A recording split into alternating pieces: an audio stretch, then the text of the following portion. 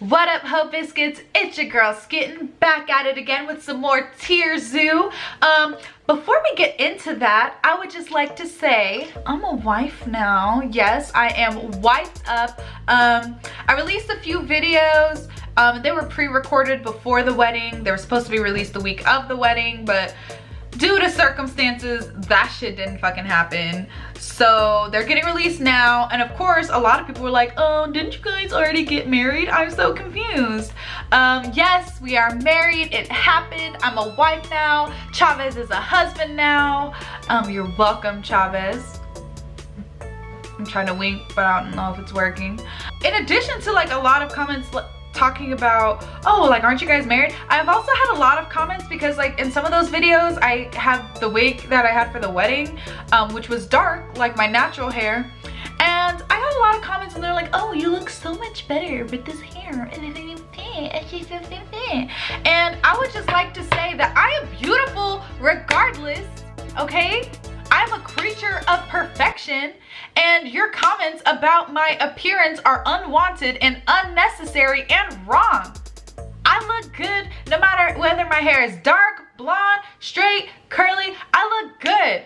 And I just really feel like the internet makes people feel like, oh, well, I'm entitled to my opinion. Like, yes, you're entitled to your opinion, but please stop telling me what you think I look better as, because I think I look great all the time. And I feel like people don't understand that when you comment on somebody else's appearance, like, oh, you look better like this, or oh, you look better like this, or I think you should do this. Like, you're literally telling that person that them as they are in that moment isn't good enough for you. And I just think that's so fucked up. And it's like, it's one of those things that I feel like it's a double standard in regards to like how women are treated online as compared to how dudes are treated online. Even just taking that all out, like, it's not necessary. Just tell me I look good and move the fuck on. Cause everyone knows I look good. I know it, you know it. I was gonna say the president knows it, but the president is, you know, busy doing other stuff right now. So, but yeah. So just like, be nice. Be nice, be nice. Be nice, be nice. That's that song that fucking will.i.am made with that dude.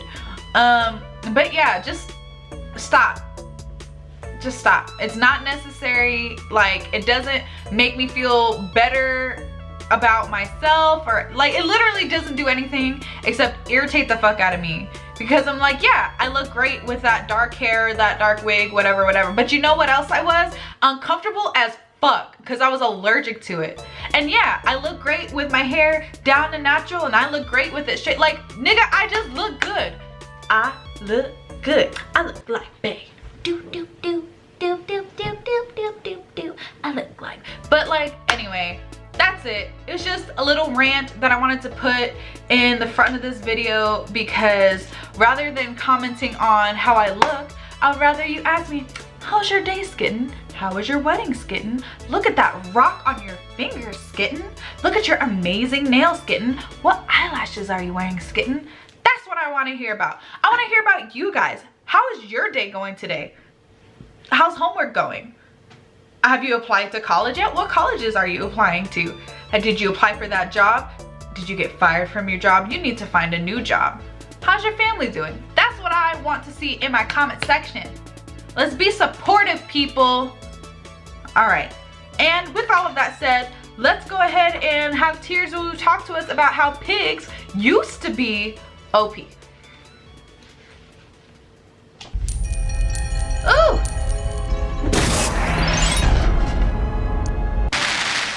One of the most popular roles in the game is the role of tank.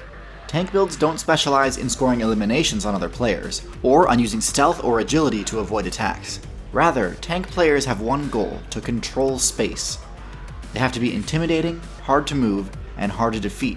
Right. In a lot of cases, this involves being larger than your competition. Think builds like the elephant and hippopotamus. However, being larger than the predator players in the region doesn't have to be the case. Enter the hog build. Unlike most tanks, which tend to dump most of their points into HP, hogs are actually quite balanced stat-wise, with great damage because of their powerful bite and tusks, and surprisingly high intelligence too. Hogs also have a massive advantage over most tanks in that rather than being herbivorous, hogs are generalists that can eat just about anything,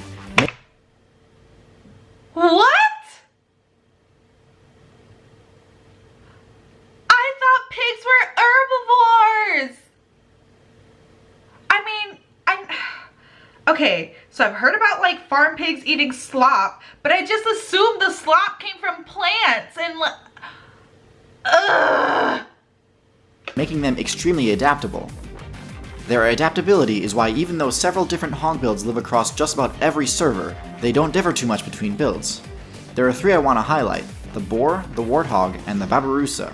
The who? The boar is the largest and boasts the highest intelligence, HP, and power of all the hogs. There's also the warthog, the premier hog build in the African server.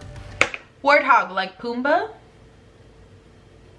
Because warthogs would be significantly outgunned even if they had the boar's combat stats, warthogs opt for a more mobility-centered playstyle, Okay. using their agility to dodge attacks from assassins like lions and leopards. With that said, warthogs do also have larger tusks, which grants them a higher chance to crit for massive damage. Most of this video will focus on these two since they best exemplify the powerful traits hogs possess. Got it. The babirusa is a build I discussed in my flawed builds video.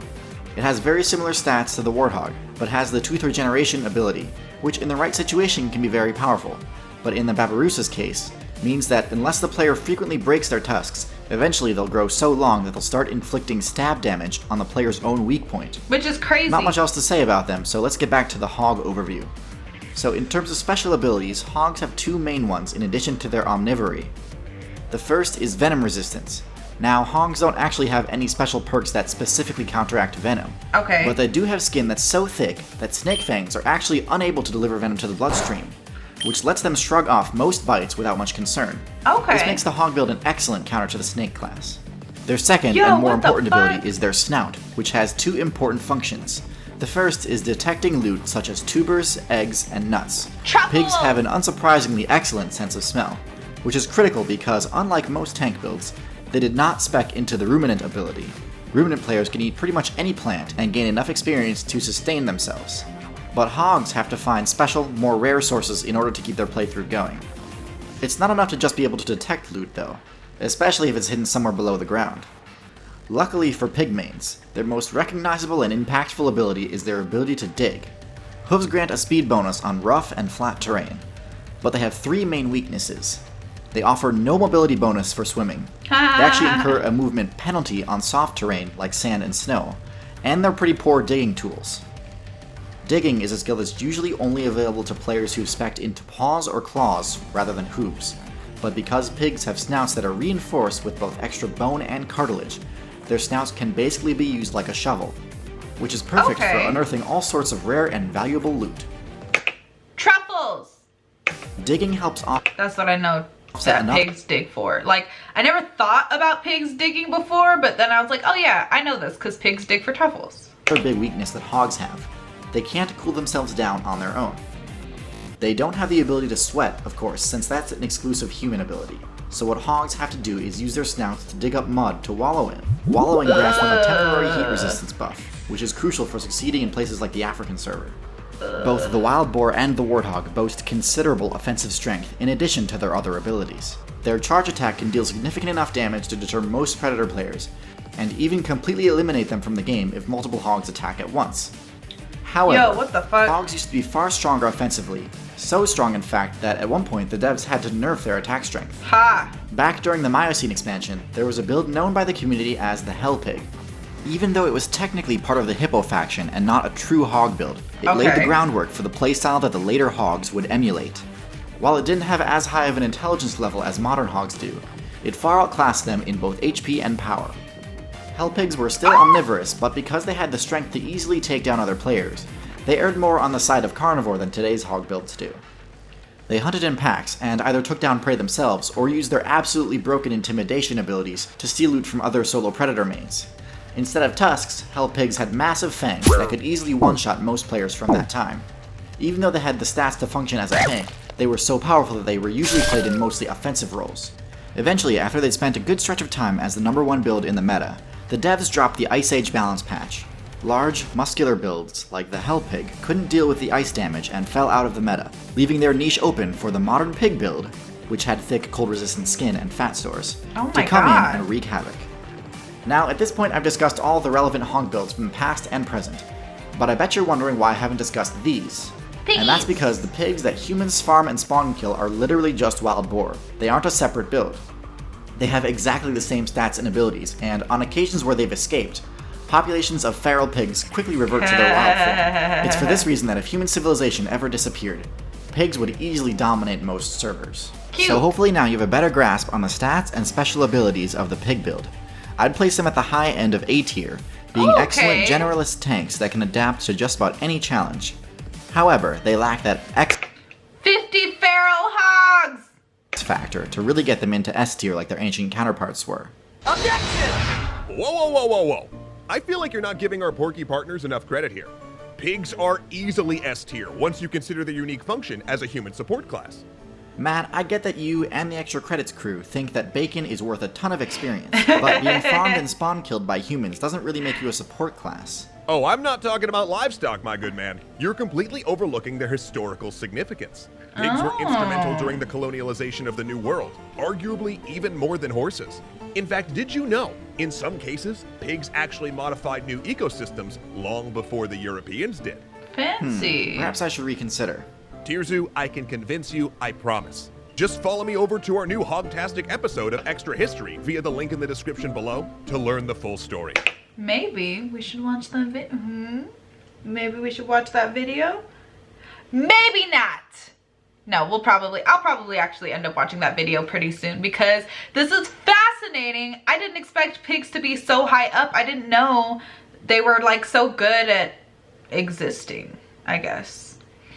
Honestly, every time I watch a TierZoo video, I just think about the fact that like, you know how we watch post-apocalyptic shit all the time, but like in real life, in a post-apocalyptic world, humans would fucking die. If we lost the ability, like if we lost technology and had to go back to like just like existing, you know what I mean? Not existing. What's the word I'm looking for, y'all? Tell me what I'm looking for. A subsistence. If we had to go back to a subsistence lifestyle, most of us would die. Like I would die because, I mean, do you see these hands? They are not made for manual labor, okay? But like, we would just be outclassed by so many animals. Like, it's kind of stressful to think about. Like, we need to get our shit together, dude. Anywhoozin, I'm gonna go ahead and make sure that I head on over and watch that episode of Extra History pertaining to the hog build. And peace out, Hovis. It's Skittenlit.